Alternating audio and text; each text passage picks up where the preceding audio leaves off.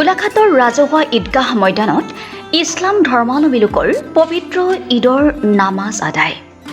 প্ৰায় 10 সহস্ৰাধিক লোকৰ অংশগ্ৰহণ। নমস্কাৰ। আজি সমগ্ৰ বিশ্বৰ লগতে আমাৰ গোলাঘাটতো ঈদ উল ফিতৰৰ আজি নামাজ সম্পন্ন কৰা হয়।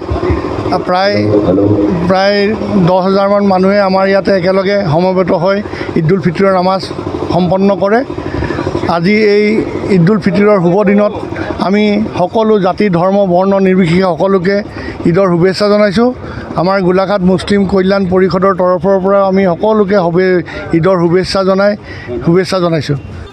আজি ইছলাম ধৰ্মাৱলম্বী লোকৰ পবিত্ৰ ঈদ উল ফিতৰ সমগ্ৰ দেশৰ লগতে গোলাঘাটতো উলহ মালহেৰে উদযাপন কৰা হৈছে। এই ঈদ উল ফিতৰ বিগত এটা মাহ ৰমজান মাহ হিচাপে ৰোজা ৰখাৰ অন্তত আজি উদযাপন কৰা হয় পবিত্ৰ ঈদ উল ফিতৰ। আৰু এই উপলক্ষে গোলাঘাট নগৰৰ মাজমজিয়াৰ সমন্বয় ক্ষেত্ৰত ঈদগাহ ময়দানত ইছলাম ধৰ্মাৱলম্বী লোকসকলে ৰাজহুৱাভাৱে ঈদৰ নামাজ আদায় কৰি ইজনে সিজনক ঈদ উল ফিতৰৰ শুভেচ্ছা জ্ঞাপন কৰে।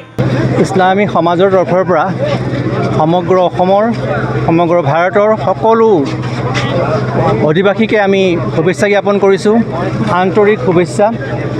আজি আমাৰ সমাজৰ বিশেষকৈ ইছলামী সমাজৰ ঈদ উল ফিতৰ অৰ্থাৎ সৰু ঈদ বুলি কোৱা হয় অসমীয়া মুছলমানে। এটা আনন্দৰ উৎসৱ। সমগ্ৰ দীঘলীয়া এমাহৰ ৰমজান কৃষ্ণ সাধনা কৰাৰ পিছত এয়া আচলতে ঈদৰ এটা উপহাৰ, আল্লাহ তাআলাৰ উপহাৰ বুলি কোৱা হয়। যিসকলে কৃষ্ণ সাধনা কৰে সমগ্ৰ এমাহ ৰোজা ধৰাই কেৱল নহয়, ৰমজানৰ যিবিলাক নীতি নিয়ম আছে অৰ্থাৎ মিছা কথা নোকোৱা, প্ৰবঞ্চনা নকৰা, লোকৰ প্ৰতি সহানুভূতি প্ৰদৰ্শন কৰা, দুখীয়া দৰিদ্ৰৰ প্ৰতি দান দক্ষিণা দিয়া, যিটো জাকাত বুলি কোৱা হয়, ফিতৰা বুলি কোৱা হয়, এইখিনি সম্পন্ন কৰিও নিজে যিটো আত্মসম্বৰণ কৰাটো আত্মসংযম কৰাটো এটা প্ৰশিক্ষণ আচলতে এমহীয়া প্ৰত্যেক বছৰে আহে। আৰু এই প্ৰশিক্ষণৰ দ্বাৰা মানৱ জাতি বিশেষকৈ ইছলামিক সমাজক শিকোৱা হৈছে যে আমি কেনেকৈ মানুহ হিচাপে জীয়াই থাকিব লাগে। গতিকে আমি আজিৰ দিনটো এটা উৎসৱ হিচাপে পালন কৰোঁ আৰু এই উৎসৱৰ বতৰা আমি বাৰ্তা দিব বিচাৰিছোঁ সমগ্ৰ অসমবাসীক, সমগ্ৰ যিসকল লোক সমাজত বিভিন্ন ধৰণে জীয়াই আছে সকলোৰে প্ৰতি, যে আমি সৌহাৰ্দ্যৰেভাৱে জীয়াই থাকিব লাগিব, আন্তৰিকতাৰে জীয়াই থাকিব লাগিব, ইজনে সিজনৰ প্ৰতি যিটো সম্প্ৰীতি সেই সম্প্ৰীতি ৰাখি জীয়াই থাকিব লাগিব। তেতিয়াহে ঈদৰ প্ৰকৃত উদ্দেশ্য সাধিত হ'ব।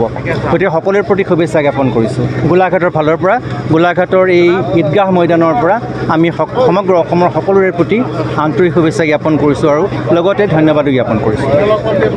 আৰু আজি ৰাজহুৱা নামাজত প্ৰায় 10 সহস্ৰাধিক ইছলাম ধৰ্মাৱলম্বী লোকে অংশগ্ৰহণ কৰা পৰিলক্ষিত হয়। আজি ৰাজহুৱা নামাজত প্ৰায় 10 সহস্ৰাধিক ইছলাম ধৰ্মাৱলম্বী লোকে অংশগ্ৰহণ কৰা পৰিলক্ষিত হয়। গোলাঘাটৰ পৰা চন্দন কৰ্মকাৰ ৰিপৰ্টাৰ লাইভ অসম। আজি ঈদ উল ফিতৰ। ইছলাম ধৰ্মাৱলম্বী সকলো ৰাইজে এক মাহ ৰোজা ৰখাৰ পাছত সকলোৱে আজি ঈদগাহ ময়দানত আহি ভাতৃত্ববোধ, শান্তি সম্প্ৰীতি বজাই ৰখাৰ কাৰণে নামাজৰ পাছত আল্লাহৰ ওচৰত দোৱা কৰিলে। আৰু এই আপাসতে গোলাঘাটবাসীৰ লগতে সমগ্ৰ ভাৰতবাসী আমি ঈদ উল ফিতৰৰ শুভেচ্ছা জ্ঞাপন কৰিছোঁ আৰু আল্লাহৰ ওচৰত দোৱা কৰিছোঁ যাতে আমাৰ দেশখনে, আমাৰ ৰাজ্যখনে, আমাৰ গোলাঘাটবাসীয়ে শান্তিৰে জীয়াই থাকিব পাৰে, অপায় অমংগল দূৰ হয় আৰু আমি সকলো জাতি জনগোষ্ঠীৰ মানুহে অসমত যিদৰে ভাতৃত্ববোধেৰে আমি বাস কৰিছোঁ সকলোৱে শান্তিৰে থাকক, অপায় অমংগল দূৰ হওক। এই দুৱাৰে প্ৰতিগৰাকী অসমবাসী তথা ভাৰতবাসী ৰাইজক আমাৰ ঈদ উল ফিতৰৰ শুভেচ্ছা জ্ঞাপন কৰিছোঁ। Reporter live Assam.